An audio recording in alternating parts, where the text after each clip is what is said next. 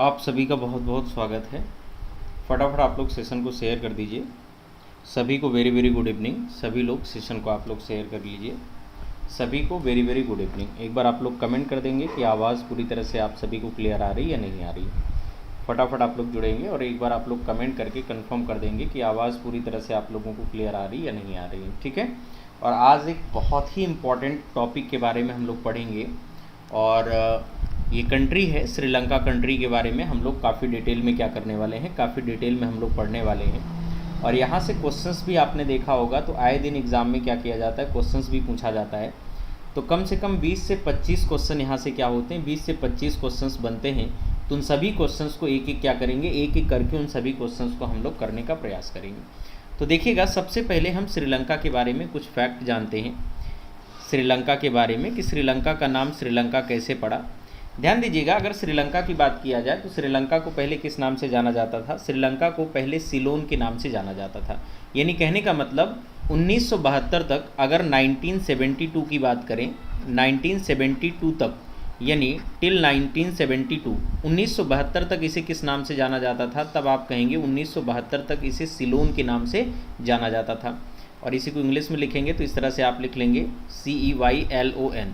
यानी कहने का मतलब ये है कि श्रीलंका को 1972 तक यानी 1972 तक किस नाम से जाना जाता था? श्रीलंका को 1972 तक सिलोन के नाम से जाना जाता था।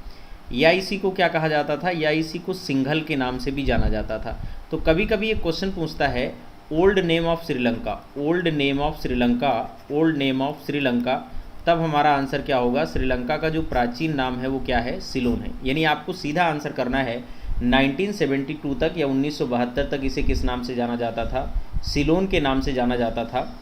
1972 में, 1972 में इसका नाम चेंज कर दिया गया। 1972 में क्या किया गया? इसका नेम चेंज किया गया। इसका नेम चेंज करके क्या कर दिया गया? इसका नेम चेंज करके लंका कर दिया गया। बहुत ही इंपॉर्टेंट फैक्ट हम लोग देखेंगे, बहुत ही इंपॉर्टेंट फैक्ट हम लोग देखेंगे। हमने कहा 1972 में क्या किया गया? 1972 में इसका नाम चेंज करके क्या कर दिया गया? 1972 में इसका नाम चेंज करके कर दिया गया लंका। सेशन को सभी लोग शेयर कर दीजिए, जितने भी लोग हैं। 1972 में या 1972 में इसका नाम चेंज करके क्या कर दिया गया? इसका नाम चेंज करके लंका कर दिया गया।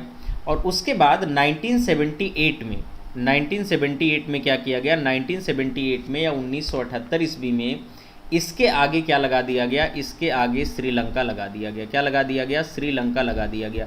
तो आपको ये ध्यान रखना है कि श्रीलंका नाम कब पड़ा, श्रीलंका का जो श्रीलंका नाम पड़ा वो कब बना? 1978 में या 1978 में इसे किस नाम से जाना गया? श्रीलंका के नाम से जाना गया। ठीक है। तो आप लोग सेशन को शेयर कर लीजिए, जितने भी लोग हैं सभी लोग सेशन को आप लोग शेयर कर लीजिए। और आवाज़ पूरी तरह से क्लियर आ रही या नहीं आ रही, ये भी एक बार आप लोग कमेंट करके सभी लोग कंफर्म कर देंगे। ठीक है। चलिए हम लोग आगे बढ़ते हैं। सेशन को सभी लोग आप लोग शेयर कर लीजिए। पर डे बेसिस पर आपकी एक क्लास होती है, तो पर डे बेसिस की क्लास के साथ आप लोग जुड़िए। फिर से एक बार मैं बताना चाहूँगा, श्रीलंका के बारे में हमने कहा कि श्रीलंका को 1972 तक सिलोन के नाम से जाना जाता था। या अगर आपसे कभी क्वेश्चन पूछा जाए old name of Sri Lanka, Sri Lanka का पुराना नाम क्या है, तब भी आपको आंसर करना है श्रीलंका या सिंगल। 1972 में इसका नाम चेंज करके लंका किया गया और फिर 1978 में इसे किस नाम से जाना गया? श्रीलंका के नाम से क्या किया गया? श्रीलंका के नाम से जाना गया। तो ये बात आपको ध्यान रखना है। श्रीलंका को और कई सारे नामों से जाना जाता है। अदर नेम की अगर हम चर्चा करें, अदर नेम ऑफ श्रीलंका की चर्चा करें, अदर नेम ऑफ श्रीलंका या श्रीलंका के अन्य नाम। चलिए नेक्स्ट पेज पे हम चलते हैं और नेक्स्ट पेज पर ही इस बात को क्या करते हैं, इस बात को समझाते हैं। तो चलिए नेक्स्ट पेज पे हम लोग आ जाते हैं। अगर आपसे पूछा जाए other name of Sri Lanka, other name of Sri Lanka, Sri Lanka का जो अन्य नाम है और किन किन नामों से जाना जाता है, तब आपको ध्यान रखना है इसे और किस नाम से। इसे कहा जाता है coconut shape country. Coconut shape country के नाम से जाना जाता है, कोकोनट शेप कंट्री। या इसे कहा जाता है नारियल के आकार का देश। क्या कहा जाता है? नारियल के आकार का देश। तो विश्व का कौन सा ऐसा देश है जिसे नारियल के आकार का देश कहा जाता है? तब आप कहेंगे श्रीलंका को कहा जाता है। और इसे किस नाम से जाना जाता है? इसे रत्नद्वीप के नाम से जाना जाता है। इसे रत्नद्वीप के नाम से भी जाना जाता है। तो क्वेश्चन आपसे पूछा जाएगा किस देश को रत्नद्वीप के नाम से भी जाना जाता है, तब आपको ध्यान रखना है श्रीलंका को रत्नद्वीप के नाम से जाना जाता था। क्यों? क्योंकि मन्नार की खाड़ी से क्या निकाला जाता था? क्योंकि मन्नार की खाड़ी से क्योंकि मन्नार की खाड़ी से क्या निकाला जाता था, क्योंकि मन्नार की खाड़ी से मोती निकाला जाता था और इसीलिए श्रीलंका को किस नाम से, रत्नद्वीप के नाम से भी जाना जाता था। इसके अलावा आपको ध्यान रखना है श्रीलंका को और किस नाम से, श्रीलंका को पूर्व का मोती भी कहा जाता था, पूर्व का मोती, श्रीलंका को पूर्व का मोती भी कहा जाता था।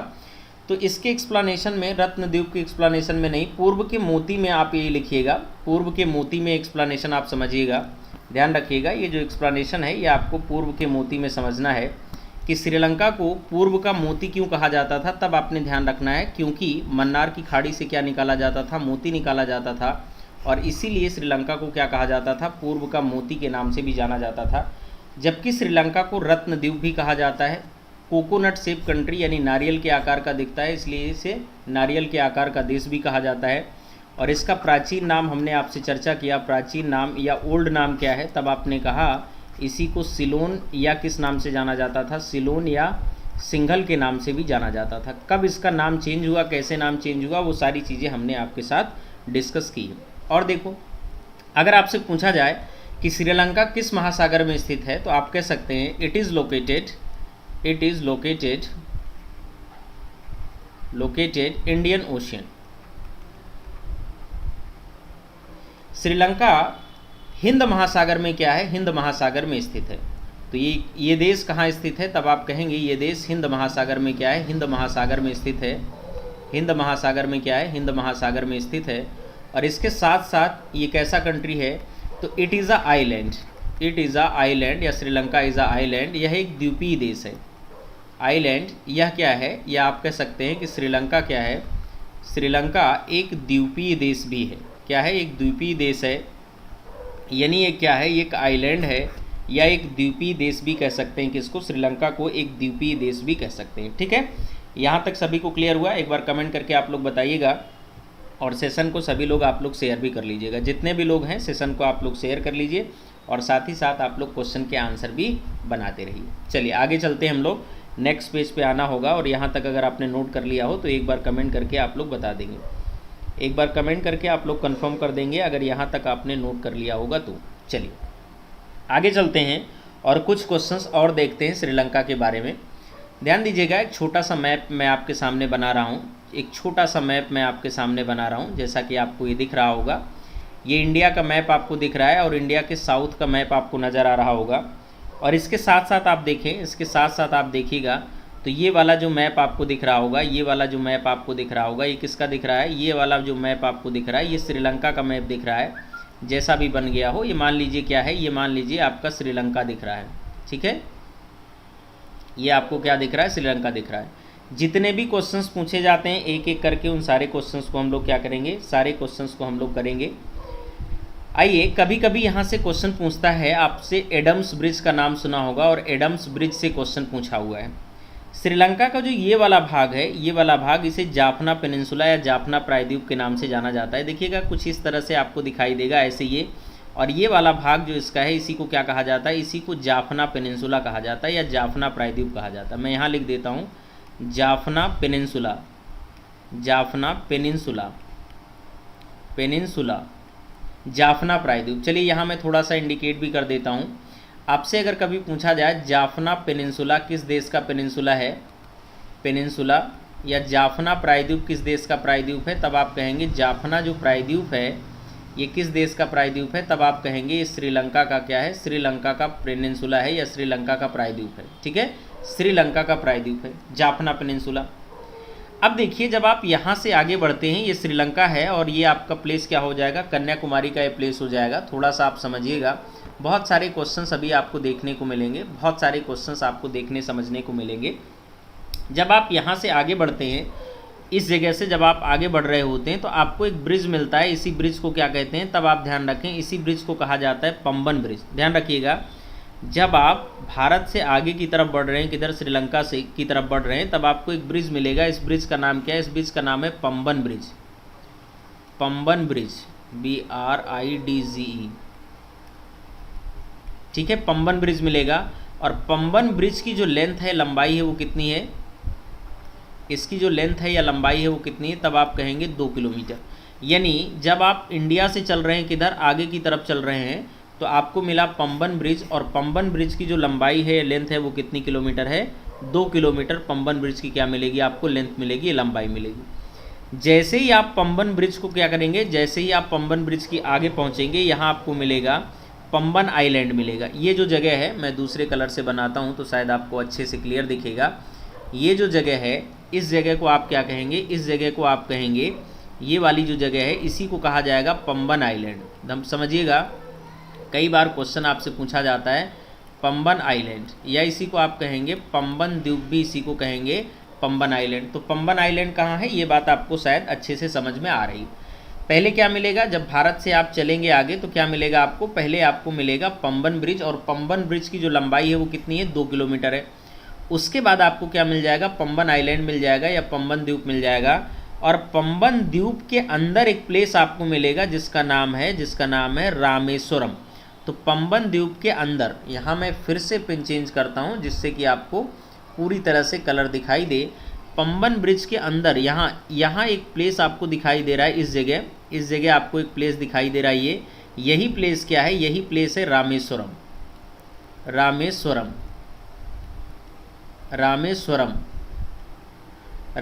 है। तो रामेश्वरम कहाँ है, अभी ये भारत में है। आप रामेश्वरम कहाँ मिलेगा आपको, रामेश्वरम कहाँ मिलेगा आपको, भारत में।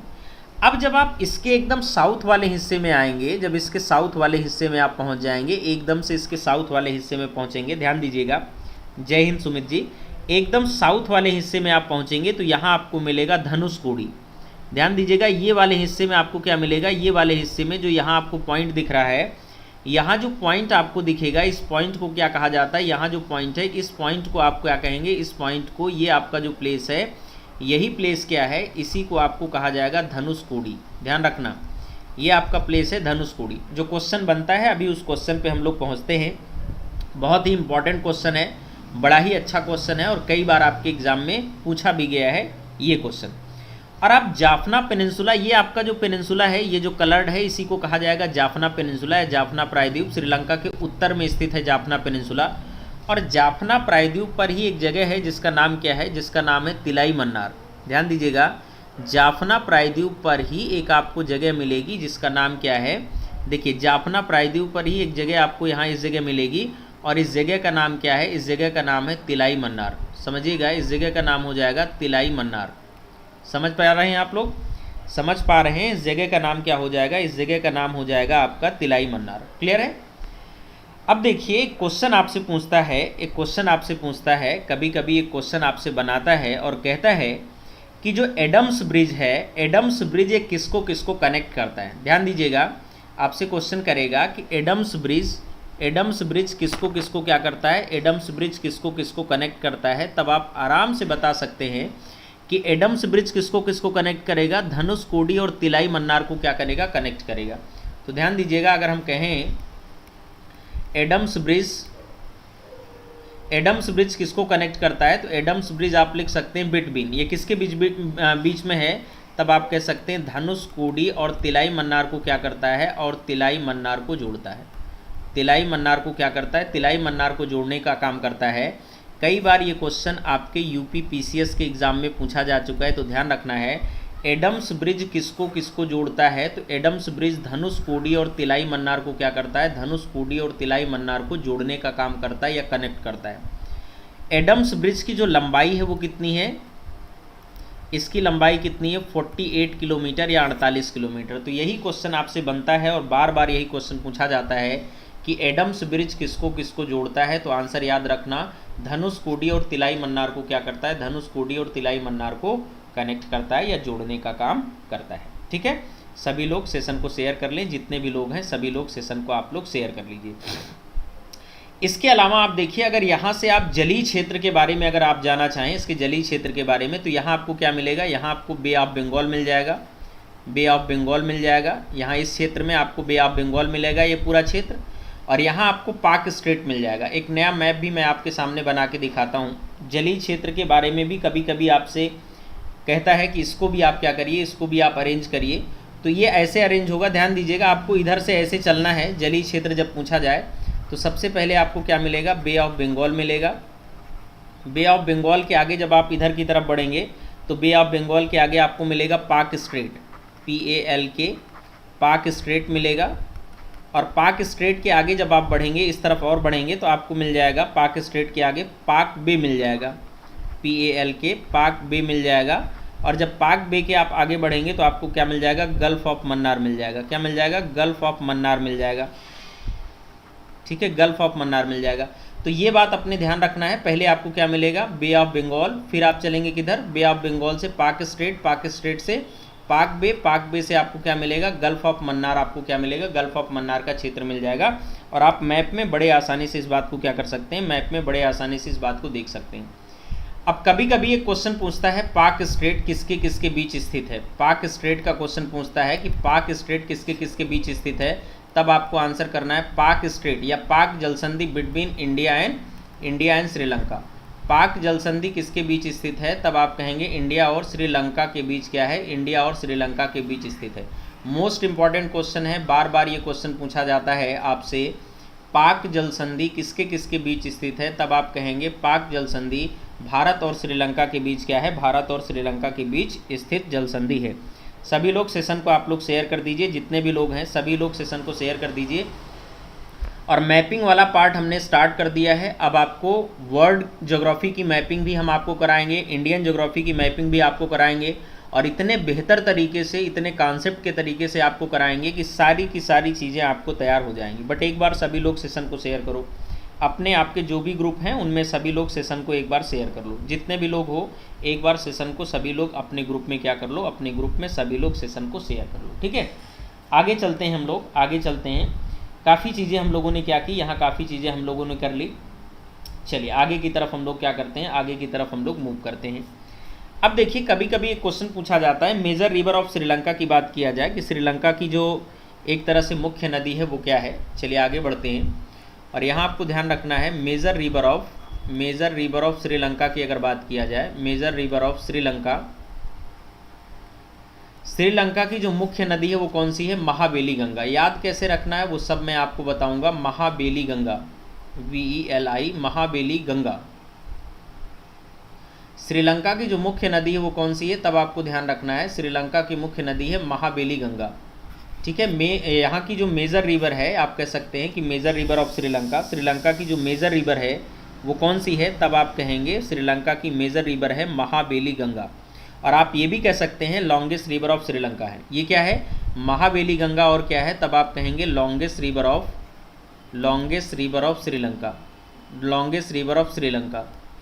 श्रीलंका की जो मुख्य नदी है वो कौन सी है, मेजर रिवर। यहाँ की मुख्य नदी भी क्या है, या आप लिख सकते हैं मुख्य नदी। अगर आपकी श्रीलंका की पूछा जाए तब भी आंसर आप महाबेली गंगा कहेंगे, और श्रीलंका की सबसे लंबी नदी पूछा जाए तब भी आप क्या आंसर करेंगे, महाबेली गंगा करेंगे। दूसरी एक बात ध्यान दीजिएगा, इंडिया की अगर यहीं पूछा जाए कि longest river of India, longest river की अगर बात किया जाए, लॉन्गेस्ट रिवर ऑफ इंडिया की बात किया जाए, लॉन्गेस्ट रिवर ऑफ इंडिया की बात किया जाए, तब आप गंगा कहते हैं।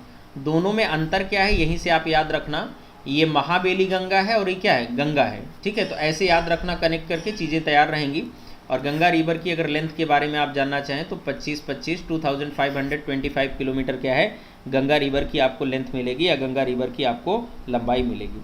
इंग्लिश भी जितेंद्र सर की तरफ से आ रहा है, महाबेली गंगा बिल्कुल करेक्ट आंसर है, तब आपको ध्यान रखना चाहिए इस क्वेश्चन का आंसर भी। ठीक है, चले आगे। अगर हम बात करें अदर रिवर ऑफ श्रीलंका की, श्रीलंका की जो अन्य नदियां हैं वो कौन कौन सी हैं, तो अदर रिवर की अगर बात किया जाए, अदर रिवर ऑफ श्रीलंका की अगर बात किया जाए, श्रीलंका की जो अन्य नदियां हैं वो कौन कौन सी हैं, तब आपको ध्यान रखना चाहिए। एक रिवर है यहाँ की अरूबी रिवर, ARUVI, अरूबी रिवर होगी। यहाँ की एक रिवर है अरूबी रिवर, अरूबी नदी। और दूसरी एक रिवर है यान रिवर। अरूबी और यान यहाँ की अन्य प्रमुख नदियाँ हैं, जिसमें हमने दो नाम आपके सामने क्या लिख रखे हैं, दो नाम आपके सामने लिख रहे हैं।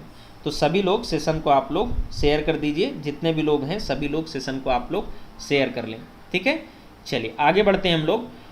और अगर कभी आपसे क्वेश्चन पूछा जाए कि जाफना पेनिनसुला श्रीलंका का पेनिनसुला है, ये तो आप कर ले जाएंगे। जाफना जो पेनिनसुला है पेनिनसुला, जाफना पेनिनसुला कहाँ का पेनिनसुला है? तब आपने आंसर किया ये श्रीलंका का क्या है? श्रीलंका का पेनिनसुला है, ये श्रीलंका का प्रायद्वीप है। लेकिन ये श्रीलंका के किधर पड़ता है? तब आपको ध्यान रखना श्रीलंका के नॉर्थ में पड़ता है। तो कभी कभी अगर डायरेक्शन बेस्ड क्वेश्चन पूछा जाए तब भी आपको याद रखना चाहिए। और मैंने आपको बना के दिखाया भी है कि श्रीलंका के नॉर्थ में आपको क्या पड़ता है? नॉर्थ में आपका जाफना पेनिनसुला या जाफना प्रायद्वीप जो पड़ता है वो कहाँ पड़ता है? श्रीलंका के नॉर्थ में आपको दिखाई देगा। ठीक है, चलिए आगे की तरफ हम लोग मूव करते हैं। अगर यहाँ के हम हाईएस्ट पीक की बात करें कि यहाँ की हाईएस्ट पीक क्या है, समझिएगा। अगर हम बात करें हाईएस्ट पीक ऑफ श्रीलंका की बात करें कि श्रीलंका की जो हाईएस्ट पीक है, हाईएस्ट पीक ऑफ श्रीलंका की बात किया जाए, श्रीलंका की हाईएस्ट जो पीक है वो है पिथुराथालागला। पिथुराथालागला, पिथुराथालागला यहाँ की हाईएस्ट पीक है। तो आपको याद क्या रखना है? आपको यही गला शब्द याद रखना है और आपका काम बन जाएगा। तो highest peak of Sri Lanka, Sri Lanka की जो हाईएस्ट पीक है या श्रीलंका की सबसे ऊंची चोटी है कौन सी है? पिथुराथालागला यहाँ की क्या है? यहाँ की हाईएस्ट पीक है।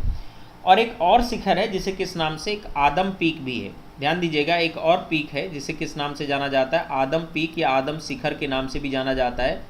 आदम शिखर लिखा हुआ है, शिखर, आदम शिखर के नाम से भी जाना जाता है। और ये जो आदम शिखर है ये बताया जाता है कि श्रीलंका का क्या है? श्रीलंका का पवित्र पर्वत माना जाता है। आदम शिखर को क्या माना जाता है? तब आप कहेंगे या श्रीलंका का इसे क्या माना जाता है? श्रीलंका का पवित्र क्या माना जाता है? पवित्र पर्वत के रूप में भी जाना जाता है, पवित्र पर्वत माना जाता है। तो दो बातें यहाँ आपको ध्यान रखनी है। एक तो आपको हाईएस्ट पीक ऑफ श्रीलंका याद रखना है कि श्रीलंका की जो हाईएस्ट पीक हो जाएगी वो क्या हो जाएगी? हाईएस्ट पीक हो जाएगी पिथुराथालागला। और दूसरी बात आपको याद रखना है कि जो आदम शिखर है ये क्या हो जाएगा? आदम शिखर श्रीलंका का क्या है? श्रीलंका का एक पवित्र पर्वत के रूप में क्या किया जाता है? पवित्र पर्वत के रूप में जाना जाता है। क्लियर है? चलिए हम लोग आगे बढ़ते हैं। और अगर हम बात करें जो श्रीलंका है ये अरीह अपवाह तंत्र का उदाहरण है। कभी कभी आपसे पूछा जाता है कि कौन सा देश अरीह अपवाह तंत्र का उदाहरण है? अरीह अपवाह तंत्र ये होता क्या है इसके बारे में भी हम चर्चा करेंगे आपके साथ। अरीह अपवाह तंत्र का उदाहरण है कौन सा ऐसा देश है जो अरीह अपवाह तंत्र का उदाहरण है? तो कई देशों में अरीह अपवाह तंत्र आपको दिखाई देता है, इसको हम समझ लेंगे। इसमें से श्रीलंका भी एक देश है जो अरीह अपवाह तंत्र का उदाहरण है। अरीह अपवाह तंत्र होता क्या है? ऐसा कोई क्षेत्र, ध्यान दीजिएगा, ऐसा कोई क्षेत्र जिससे नदियां निकलकर अलग अलग दिशाओं में क्या होती हैं? अलग अलग दिशाओं में प्रवाहित होती हैं। ऐसे क्षेत्र को क्या कहा जाता है? ऐसे क्षेत्र को अरीह अपवाह तंत्र कहा जाता है। तो श्रीलंका भी अरीह अपवाह तंत्र का उदाहरण है क्योंकि श्रीलंका का जो मध्यवर्ती क्षेत्र है ये क्या है? श्रीलंका का मध्यवर्ती क्षेत्र ऊंचा है। जो फसल है वो क्या है? यहाँ की जो मुख्य फसल है वो क्या है? उसके बारे में भी हम लोग जानते हैं। यहाँ की जो मुख्य फसल है, तो यहाँ की जो मेन क्रॉप है, अगर मेन क्रॉप की बात करें यहाँ की मुख्य फसल क्या है? तब आप कहेंगे यहाँ की मुख्य फसल है राइस, चावल। ठीक है, यहाँ की मुख्य फसल है। लेकिन आपको ये बता दें कि श्रीलंका चावल का क्या करता है? चावल का आयात भी करता है। मुख्य फसल तो है लेकिन इतना प्रोडक्शन नहीं होता कि यहाँ की पॉपुलेशन को क्या हो पाए, पॉपुलेशन के लिए इनफ हो पाए या पर्याप्त हो पाए।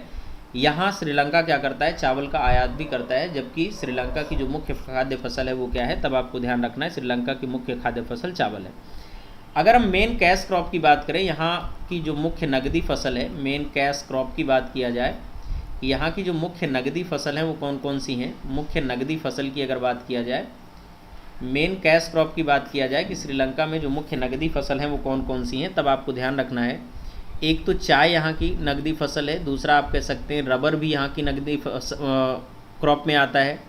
नारियल और मसाले क्या आते हैं? नारियल और मसाले यहाँ के क्या आते हैं? नारियल और मसाले यहाँ के किस क्रॉप में आते हैं? तब आप कहेंगे कैश क्रॉप के अंतर्गत आते हैं।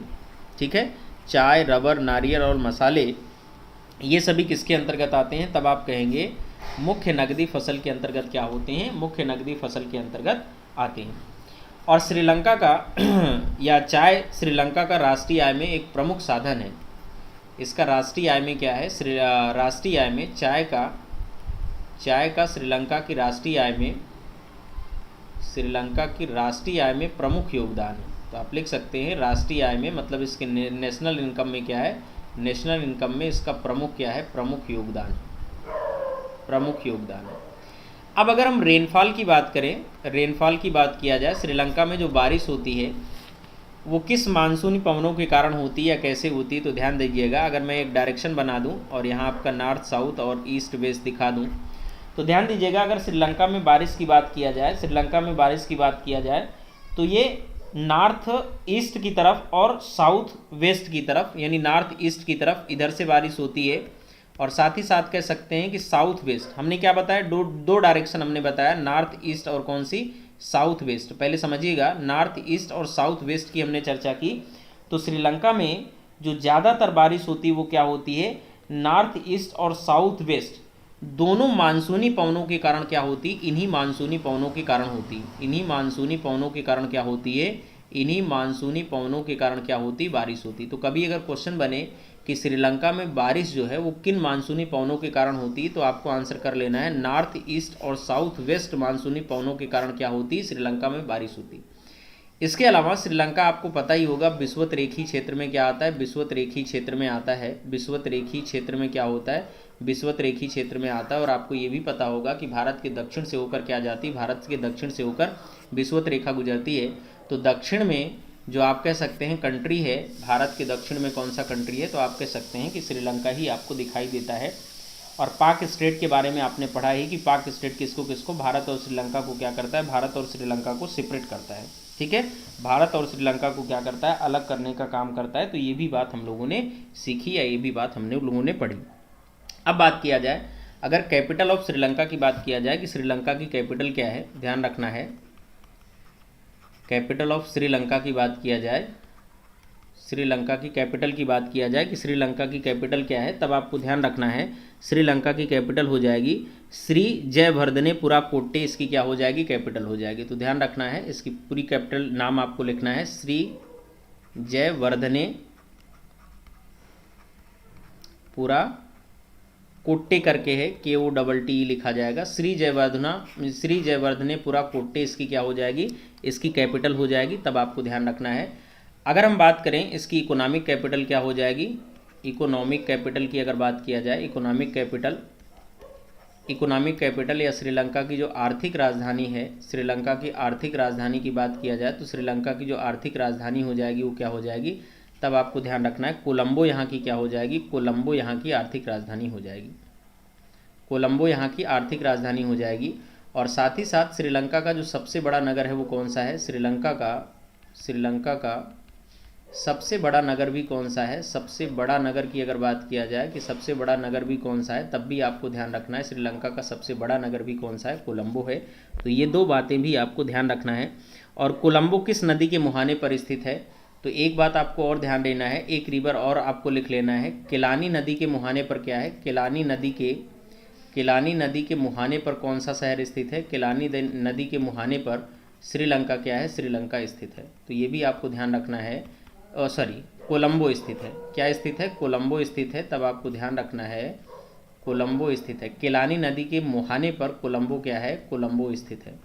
तो ये भी क्वेश्चन अपने क्या करना है, ये भी क्वेश्चन अपने ध्यान रखना है कि केलानी नदी के मुहाने पर क्या पड़ता है, केलानी नदी के मुहाने पर आपका कोलंबो है या कोलंबो स्थित है। ठीक है, गुड इवनिंग सभी को, गुड इवनिंग, जितने भी लोग आ चुके हैं सभी को गुड इवनिंग। ठीक है, फटाफट आप लोग एक बार सेशन को शेयर कर लो, इतना सुस्त मत रहा करो भाई, सेशन को सभी लोग एक बार शेयर कर लीजिए, जितने भी लोग हैं सभी लोग सेशन को आप लोग शेयर कर लीजिए।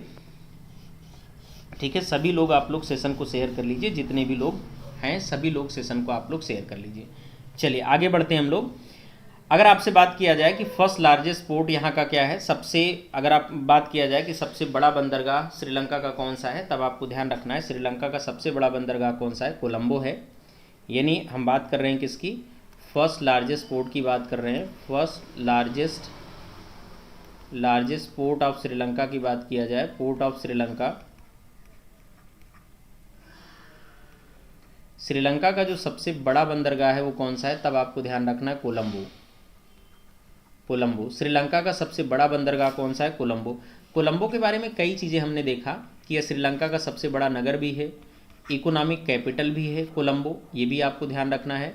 और श्रीलंका का सबसे बड़ा जो पोर्ट है वो भी क्या है, तब भी आपको ध्यान रखना है, वो भी कोलंबो है। अगर हम सेकंड लार्जेस्ट पोर्ट की बात करें, सेकंड लार्जेस्ट पोर्ट की हम बात करें कि second largest port of Sri Lanka, port of Sri Lanka, Sri Lanka का जो सेकंड लार्जेस्ट पोर्ट है, श्रीलंका का जो सेकंड लार्जेस्ट पोर्ट है, second largest port of Sri Lanka की अगर हम बात करें तो ये आपका हो जाएगा हम्बनटोटा। हम्बनटोटा, हम्बनटोटा श्रीलंका का क्या है, श्रीलंका का सेकंड लार्जेस्ट पोर्ट है।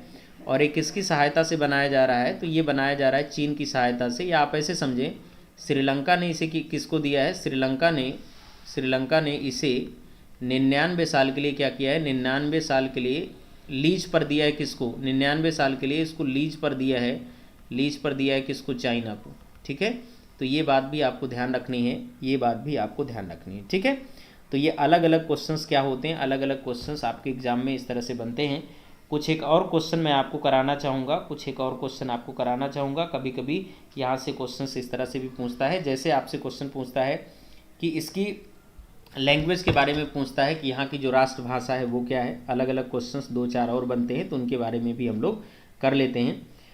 श्रीलंका के बारे में अगर आप जानना चाहें तो श्रीलंका 4 फरवरी 1948 को क्या हुआ, 4 फरवरी 1948 को ये भी आज़ाद हुआ। 4 फरवरी 1948 को श्रीलंका भी क्या होता है, श्रीलंका भी आज़ाद होता है। और किससे आज़ाद होता है, तब आपको ध्यान रखना है, यूके से या यूनाइटेड किंगडम से क्या होता है, यूनाइटेड किंगडम से ये भी आज़ाद होता है। क्लियर है।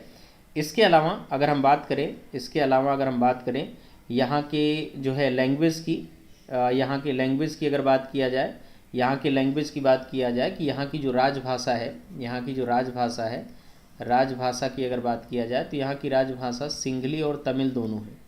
सिंघली भी है, यहाँ की राजभाषा जो है वो सिंघली भी है और क्या है, तमिल भी है। तो ध्यान रखना है कि सिंघली और तमिल यहाँ की क्या होगी, सिंघली और तमिल यहाँ की क्या है, राजभाषा है। तो ये क्वेश्चन भी कभी कभी बनता है, तो ये भी आपको क्या करना चाहिए, ये भी आपको ध्यान रखना चाहिए। ठीक है, तो फटाफट सभी लोग एक बार सेशन को भाई शेयर कर लीजिए, जितने भी लोग हैं सभी लोग सेशन को आप लोग एक बार शेयर कर लीजिए। ठीक है, और पर डे बेसिस पर इसी तरह से आपको पढ़ने को मिलेगा, पर डे बेसिस पर इसी तरह से आपको पढ़ने को मिलेगा। इसके अलावा 2 और क्वेश्चंस आप कर सकते हैं, 2 और क्वेश्चंस आप कर सकते हैं। सिंघली उच्च भूमि के बारे में आपसे क्वेश्चन पूछा जाता है। एक तो है आपका सिंघली उच्च भूमि, ध्यान दीजिएगा, सिंघली उच्च भूमि, सिंघली उच्च भूमि, जो सिंघली उच्च भूमि है, और इसके साथ साथ आपका है सिंह राजा वन रिजर्व है, एक है सिंह राजा वन रिजर्व, सिंह राजा वन रिजर्व। 2 ऐसे क्षेत्र हैं जो कि यूनेस्को में क्या किया गया है, यूनेस्को की विश्व विरासत सूची में शामिल किया गया है। तो ये 2 ऐसे क्षेत्र हैं श्रीलंका के जो कि यूनेस्को में क्या किए गए, यूनेस्को में शामिल हैं, यूनेस्को में शामिल हैं। तो ये भी क्वेश्चन अगर पूछा जाए कि श्रीलंका के कौन कौन से ऐसे क्षेत्र हैं जो यूनेस्को की सूची में शामिल हैं, तब आपको ध्यान रखना है श्रीलंका सिंघली उच्च भूमि और सिंह राजा वन रिजर्व, ये दोनों क्षेत्र जो हैं, ये दोनों क्षेत्र हैं वो किस में शामिल हैं, तब आपको ध्यान रखना है यूनेस्को की सूची में क्या है, यूनेस्को की सूची में शामिल है। तो ये आपको ध्यान रखना है। और पूरा का पूरा ये श्रीलंका से रिलेटेड क्वेश्चंस था जो कि हमने क्या किया, जो कि हमने आपको कराया। और पर डे बेसिस पर आपकी क्लास चलती है, तो पर डे बेसिस पर आप लोग क्या करिए, पर डे बेसिस पर आप लोग जुड़िए। और ये ज्योग्राफिकल आस्पेक्ट था जिनकी हमने चर्चा की, तो ये पूरा का पूरा आपका क्या था, पूरा का पूरा ये ज्योग्राफिकल आस्पेक्ट था जिस पे हम लोगों ने क्या करी है, जिस पे हम लोगों ने चर्चा करी है। तो डेली बेसिस पर आपको क्या करना है, डेली बेसिस पर आपको इस क्लास के साथ जुड़ना है और आपको ये टेलीग्राम चैनल ज्वाइन कर लेना है। आपको जाके लिखना है यूट्यूब पर YAGYA यज्ञ सर आप लिखेंगे, आपको यूट्यूब खुल के दिख जाएगा, आप उसको सब्सक्राइब कर लीजिए चैनल को। इसके अलावा GS हिंदी बाई यज्ञ सर के नाम से हमारा चैनल है, हिंदी बाई यज्ञ सर के नाम से ये हमारा टेलीग्राम चैनल है। तो आप हमारे इस टेलीग्राम चैनल के साथ भी क्या कर सकते हैं, टेलीग्राम चैनल के साथ भी जुड़ सकते हैं। आप सभी का बहुत बहुत स्वागत, जितने भी लोग हमारे साथ इस सेशन में जुड़े। और जब भी सेशन होगा 7:30 बजे आपका ये क्लास होता है पर डे, जनरल स्टडीज़ या हिंदी दोनों में से कोई एक क्लास आपकी होती है। तो आप लोग इस क्लास के साथ क्या करें, इस क्लास के साथ आप लोग ज़रूर जुड़ें। Thank you.